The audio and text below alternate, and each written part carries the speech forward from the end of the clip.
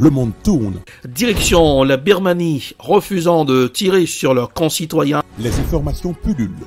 Tout de suite, voici les informations. C'est le moment d'ouvrir la page internationale avec Erlich Dorelas depuis Boston, Massachusetts.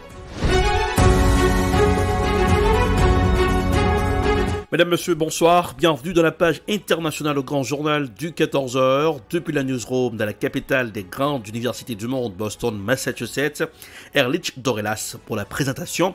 À Jacques Mel pour présenter ce grand journal, Joël François et Smith Jean-Julien. Robins assure les manœuvres techniques. Bonsoir aux auditeurs de la radio évangélique Hosanna 102.3 FM à Jacques Mel. En Afghanistan, les talibans rencontrent des dirigeants internationaux.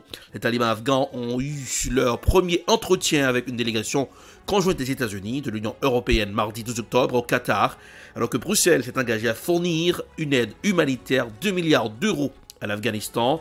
Que la communauté internationale débat sur la question de la reconnaissance du gouvernement islamique. Voici un reportage signé France 24. C'est leur première réunion à trois depuis la chute de Kaboul, mi-août. À Doha, représentants américains, européens et talibans se sont assis à la même table. Pour les nouveaux maîtres de l'Afghanistan, reconnus par aucun pays jusque-là, il s'agit de rompre leur isolement diplomatique. Nous voulons des liens uniques avec le monde occidental, les pays du Golfe et le monde arabe. L'Afghanistan ne veut pas être impliqué dans des différends à l'étranger, mais veut des relations positives avec tout le monde. Pour les Américains, les Européens et les Qataris, la reconnaissance du nouveau régime afghan n'est pas à l'ordre du jour, comme l'a confirmé Mario Draghi lors d'un sommet virtuel extraordinaire du G20. Il n'y a pas d'alternative que d'avoir des contacts avec les talibans. Ils sont essentiels pour que cette réponse soit efficace, mais cela n'implique pas une reconnaissance. Pour le G20 et Doha, la priorité du moment, c'est l'humanitaire, le sort du peuple afghan qui manque de tout, chaque jour, un peu plus. De son côté, l'Union européenne a promis de débloquer une aide d'urgence d'1 milliard d'euros, des fonds destinés non pas aux talibans, mais bien aux Afghans eux-mêmes et aux pays voisins qui ont été les premiers à leur venir en aide. Le Brésil au bord de la famine. Au Brésil où la Covid a déjà fait près de 600 000 morts, le chômage et l'inflation ont fait replonger les plus pauvres dans le gouffre de la faim. Voici un reportage signé TV5 Monde. Ni la pluie, ni les 5 km à pied n'arrêtent Lorimar. Il faut que je me dépêche pour traverser. Sur le marché, cette mère est prête à tout pour apporter de quoi manger à la maison. Je cherche de tout, des restes, même ce qui est par terre, je le ramasse. Je vais demander au vendeur s'il a quelque chose. On va voir. Sans emploi depuis le début de la pandémie, elle n'a plus les moyens d'acheter de la viande. Bonjour, est-ce que vous auriez des restes de poulet à me donner? Alors, elle se contente des déchets de la boucherie. Ah, merci beaucoup. Que Dieu vous bénisse, mon petit. Je récupère de la peau de poulet que je vais faire cuire avec des pommes de terre. La crise économique engendrée par la Covid-19 a fait flamber le prix des denrées alimentaires. En 2 ans, le montant du kilo de poulet a doublé. Il y a des gens qui récupèrent ces restes pour leurs chiens et d'autres qui les mangent. Ce sont des os, des déchets de viande. Aujourd'hui, 19 millions de Brésiliens souffrent de la faim. C'est 2 fois plus qu'au début 2019. Tout le monde a faim. Je n'ai pas honte de ce que je fais. La honte, ce serait de voler, pas de récupérer des miettes pour se nourrir. Depuis le début de la pandémie, plus d'1,5 million de personnes ont perdu leur emploi. Lorimar et son mari Carlos ramassent des emballages pour les vendre au centre de recyclage. Non, il n'y a rien ici. Viens, on va voir plus loin. Mais eux aussi sentent les effets économiques de la crise sanitaire. Les gens consomment moins, donc nous, on a moins de déchets recyclables à ramasser. Ils gagnent à peine 50 € par mois. Pas de quoi alimenter correctement leur petite fille de 2 ans.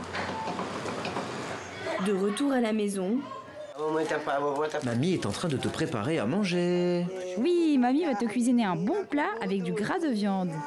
Les déchets récoltés la veille sur le marché, Lorimar va en faire un repas. Pour moi, ce qui compte, c'est que je puisse nourrir ma famille. Je ne supporte pas de voir mes enfants avoir faim. Dans le pays, 1 enfant sur 3 souffre d'anémie, conséquence d'une alimentation peu équilibrée. Notre pays est au fond du trou.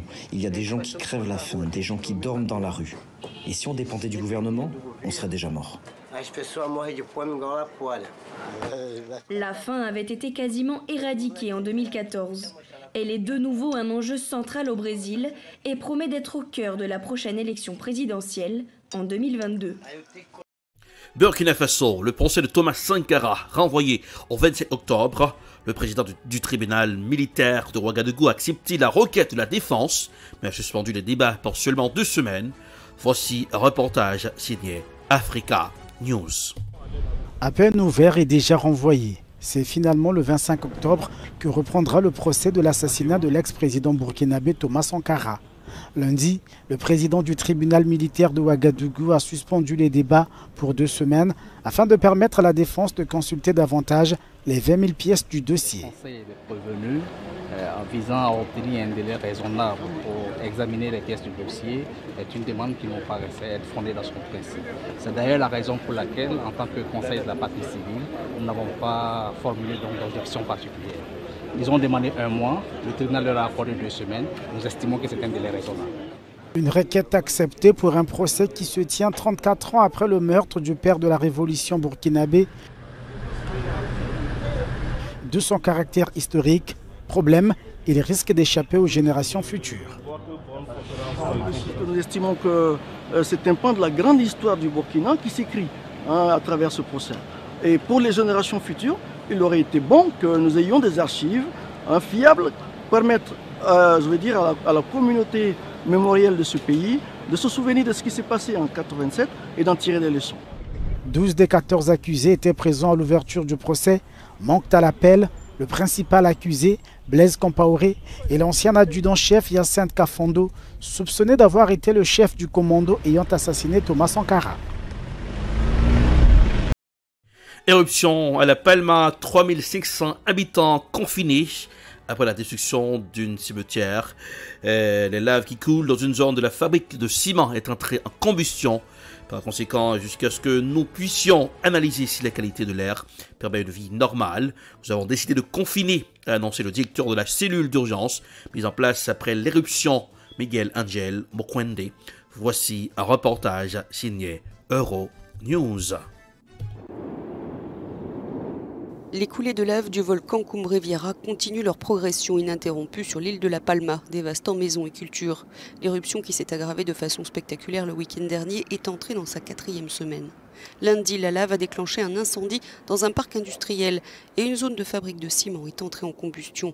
Les autorités ont donc dû ordonner à 3500 habitants des alentours de se confiner en raison des gaz potentiellement toxiques qui se dégagent de l'incendie. L'éruption a déjà dévasté 620 habitations. Et la peur au ventre, Isaac, 70 ans, surveille l'avancée de l'une des coulées de lave. Il a passé la nuit éveillé.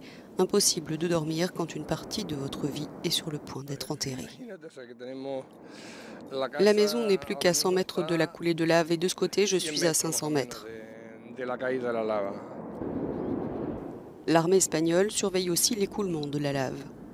Les volcanologues affirment que le comportement du volcan et la forte activité sismique avec des secousses qui ont atteint une magnitude de 4,3 sur l'échelle de Richter indiquent que l'éruption est alimentée par différentes poches de magma qui poussent vers le haut. Un Canadien parmi les lauréats du Nobel d'économie. Un Canadien et 2 Américains se partagent le prix Nobel d'économie pour leurs travaux sur l'économie expérimentale. David Card est né à Guelph, Ontario. Voici un reportage d'Olivier Bachard, confrère à Radio-Canada. Méconnu du grand public, David Card est une sommité dans son domaine, l'étude du marché du travail. Le Canadien, qui enseigne à l'Université Berkeley, en Californie, est l'un des 3 récipiendaires du Nobel d'économie. Un prix qui le laisse sans mots. Je n'ai pas grand-chose à dire, lance-t-il, tout sourire, avant de remercier ses collègues. David Card est notamment récompensé pour les travaux sur le salaire minimum qu'il a menés en compagnie du regretté Alan Kruger, secrétaire adjoint au Trésor sous Barack Obama. Au début des années 90, les 2 chercheurs évaluent l'impact d'une hausse modérée du salaire minimum au New Jersey et concluent qu'elle ne mène pas à des pertes d'emploi, un constat alors contesté. À l'époque, ces conclusions étaient controversées, explique-t-il. plusieurs économistes étaient plutôt sceptiques de nos résultats. Au cours de sa carrière, David Card s'est aussi intéressé aux effets de l'arrivée d'immigrants sur le marché du travail et à la corrélation entre les revenus et le niveau d'éducation. C'est très clair dans mon esprit que David Card est le plus grand économiste du travail. C'est pas seulement un chercheur qui cherche, c'est un chercheur qui trouve des réponses. L'approche de l'expérience naturelle utilisée par David Card, c'est-à-dire en analysant des phénomènes concrets sur le terrain, a laissé sa marque et influence les économistes d'ici et d'ailleurs. On est imprégné de cette philosophie-là. Quand on approche une question de politique publique, on va réfléchir à des situations d'expérience naturelle. Ça a eu un énorme impact sur la discipline. Né à Guelph, en Ontario, David Card a reçu un doctorat honorifique de l'Université de Montréal il y a 2 ans. Il partage le Nobel d'économie avec l'Américain Joshua Angrist et le Néerlandais Guido Imbens, 2 autres pionniers de l'expérience naturelle. Ici Olivier Bachan, Radio-Canada, Montréal.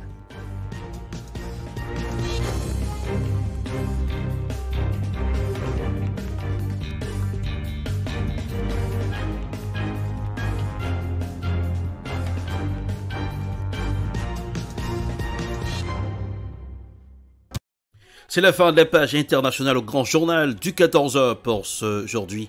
Présentation Erlich Dorelas, production Ed Prod, réalisation Télé Beltor pour le compte de la radio évangélique aux ZA 102.3 FM à Jacmel. Un soleil qui est à son zénith aujourd'hui dans la capitale des grandes universités du monde, Boston, Massachusetts. Température 73 degrés Fahrenheit, 23 degrés Celsius à Jacmel, 86 degrés Fahrenheit, 30 degrés Celsius. Aujourd'hui, je suis au zénith de ma forme. Eh oui, rendez-vous c'est pour demain. Bonsoir Joannel, bonsoir Smith, Jean-Julien. Bonsoir Rubens, bonsoir aux auditeurs de la radio évangélique Osana 102.3 FM à Jacmel. Passez un excellent mardi. Au revoir, à demain. C'était la page internationale avec Erlich Dorelas.